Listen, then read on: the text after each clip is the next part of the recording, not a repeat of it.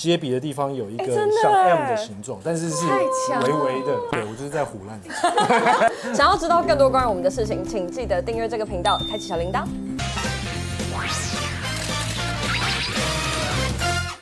我相信很多铁粉期待很久，敲碗谁是被害者，赶快出第二季。果然第二季我们终于看到了，而且又是全新不一样的剧情。在现实中找到证据，重新行动，得到真相。很开心，好选择邀请到3位，里面的主角也是立喆好朋友。我们先来聊聊谁是被害者第二季。其实你们中间第1季跟第2季相差多久啊？4年。有觉得更有默契吗？还是说还需要再进入一下角色？前期还是稍微要找回那个原本的默契，但是很快就上手了。对，这样说起来，其实我们也是认识了8年了耶。对啊，对，孝全这次终于交了女朋友了。有没有觉得在角色里面没那么孤单了？其实我觉得方一任，我觉得尤其在第2季，我觉得他真的是一个非常幸运的人。还有小梦，还有海英，还有宽哥，我觉得这3个人其实是很大程度的在包容他、引领他往前走。可是你在等于说你进入这个角色要8年了，我们在第1季的时候就有聊过，你为了这个角色去设计了一些他的小动作。对对对。那你会不会这些东西出现在生活中？像刚刚方一任出马了，帮我们解决了一个警铃的危机。真的。对啊，我们刚刚进这个房间一直警铃大作，结果孝全一个箭步之间就变纸拆了。不过我们等一下会装回去。这个是你平常就会做的，还是你觉得方一任有入魂了？我觉得有的时候很好玩的是，在拍摄的当下，可能自己都不自觉，反而是导演跟你说：“你刚刚的那一个状态，你刚刚的那个动作，你刚刚那个挑眉，是你刻意的吗？就是挑什么眉？我可以看一下。我刚刚也这样子，在拍摄的当下，可能自己都不自觉。那我们再来问一下另一半。这部戏会不会是韦宁演过最不浪漫的一部片？对，真的是蛮日常的耶。因为其实韦宁演过很多爱情片。你喜欢我对不对？你喜欢我什么？你有漏咖啦，胖胖啊！到底在气什么？我要跟他分手。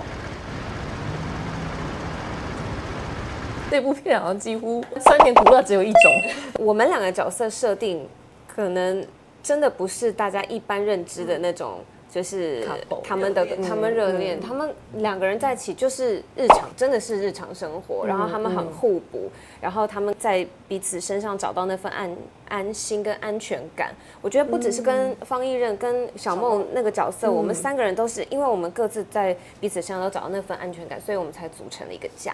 我想要封你们为这个暗黑一家，目光社会记者，人生清理师，光之城。我不知道你有没有跟黄河请教过人生清理员这个工作？2个礼拜，尸体已经腐烂了，长了一大堆苍蝇。这种事情不是天天可以看得到，你知道吗？你有跟他讨论过？其实失联的这样，不是？你拍戏前都没有先看过那些道具，对不对？我有上网去搜寻说清理的话大概会是怎么样的，有哪些工具啊，什么样的流程？因为听说他们也真的找真的蛆，没错，对，来拍这部戏，所以你现场的作的那个比较真诚，还是跟爸爸吵架的大哭？哪一个比较真诚？气到一个人，对，气到吐。这个案子跟你没有关系。那我的事情你以后也不要管。是真的要说我们的美术真的太厉害了。听说很多是吃的就是食物做的。对，你有吃看吗？我有吃到燕麦，真的。所以你真的就，比如说吃屎吃血这样。是我有一场戏是我要吐，然后我在现场就发现，我已经在干呕了。结果那是真心的干呕，对，是真心的干呕，因为我觉得蛆什么反而不是很恶心的，是那个红红的、黏黏的状态，而且他们还做了很多头发一样的东西，是我扫出来的时候，我真心觉得好想吐哦。然后因为接下来要拍吐的戏，所以美术就递了一整口的燕麦来说，那你这个含在嘴里。哦，因为你要吐出来。对，然后一含下去的时候，就觉得我好像不止嘴里的那口燕麦，好像胃里的东西也要吐出来。所以其实言下之意是，恶心比跟爸爸吵架的爆哭更真实反应。我觉得是因为没有经历过，那真的太冲击了。像我还有一个现场是上吊的，然后它是有一块地毯上面有一些污渍，然后就站在那里，突然全身起鸡皮疙瘩，就觉得我可以想象这些事情怎么发生的。那刚刚林木已经分享了，你们2个应该也看到不少道具，有没有哪些是让你们印象深刻，然后真的头皮发麻的？我其实这一季很幸运的都没有，因为你现在 pass 过这一，因为我已经是基金会了，升格为公关，所以我现在大部分的时候是找线索啦。但是第一季的时候，我因为是记者，所以还是会看到一些命案现场。孝全在这部片里面，哪一个让你印象最深刻？是你回去还会做噩梦那种？我是没有到做噩梦，但是印象很深刻，挖眼睛跟舌头，等于是舌头割掉之后把嘴巴缝起来，对，然后人还没有死在挣扎，我觉得那个很残忍，还有包含第一个跳楼啊，那个肢体的状态，其实是你会觉得也好恶心哦，那感觉可以变成另一系列的恐怖片，对，他就爬起来就变成。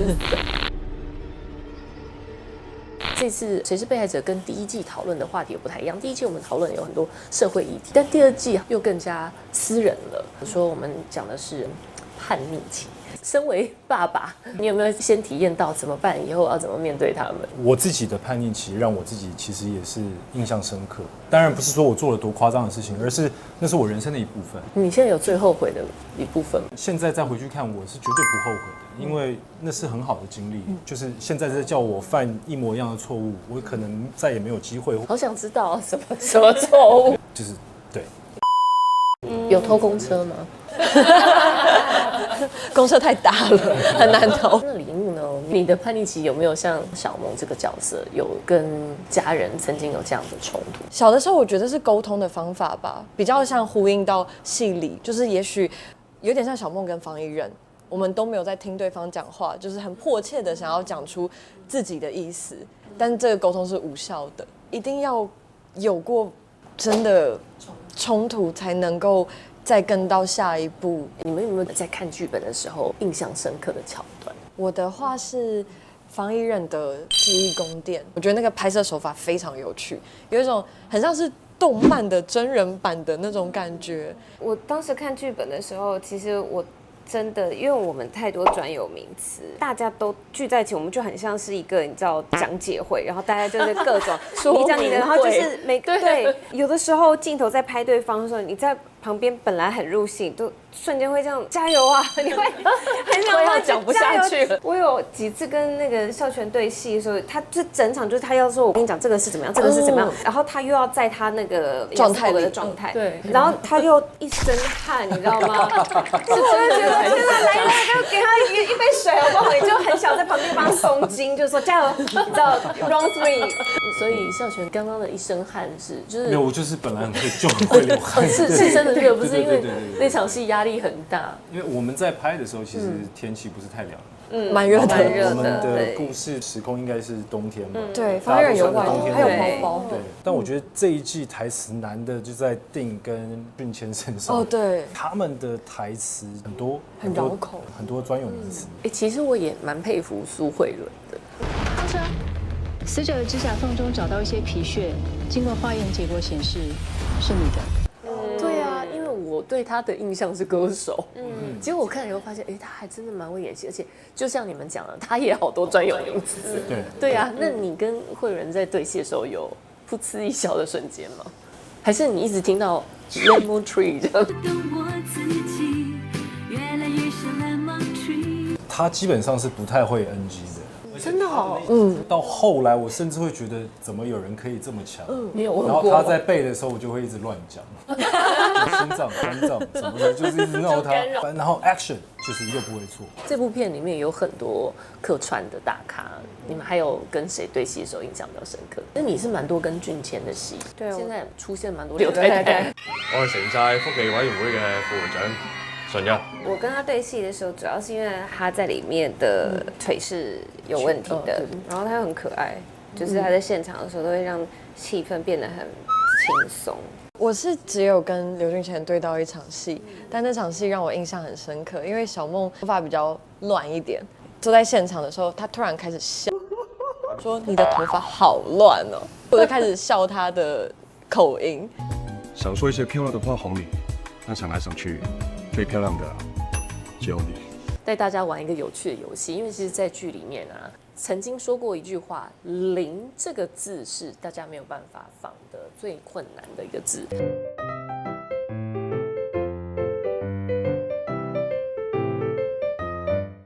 0621。OK， 好。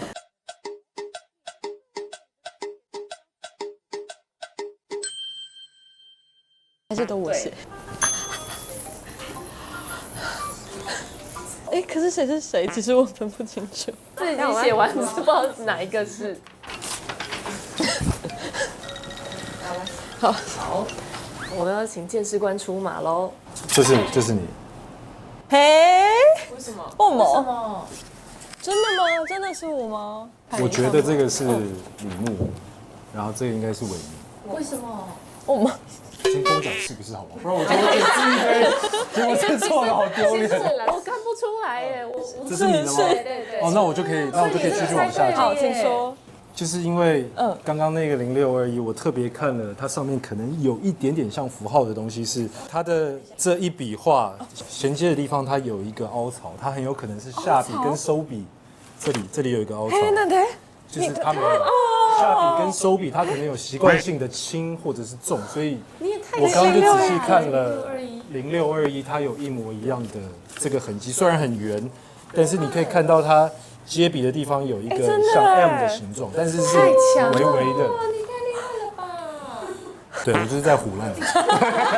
等一下，所以你的这个本领，你刚刚说你会注意这么细的细节，是你天生张孝全就这样，还是因为拍完这部戏之后不是，就是可被训练能拍戏它有，就是你还是要稍微知道一下它的大概的概念嘛，理论是什么？你们没有骗我，不然我一直讲那么多。被害者太厉害了，对对，他才是被害我者。真的。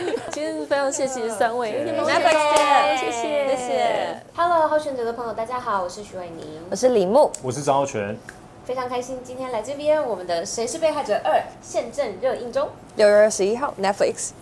没错。想要知道更多关于我们的事情，请记得订阅这个频道，开启小铃铛。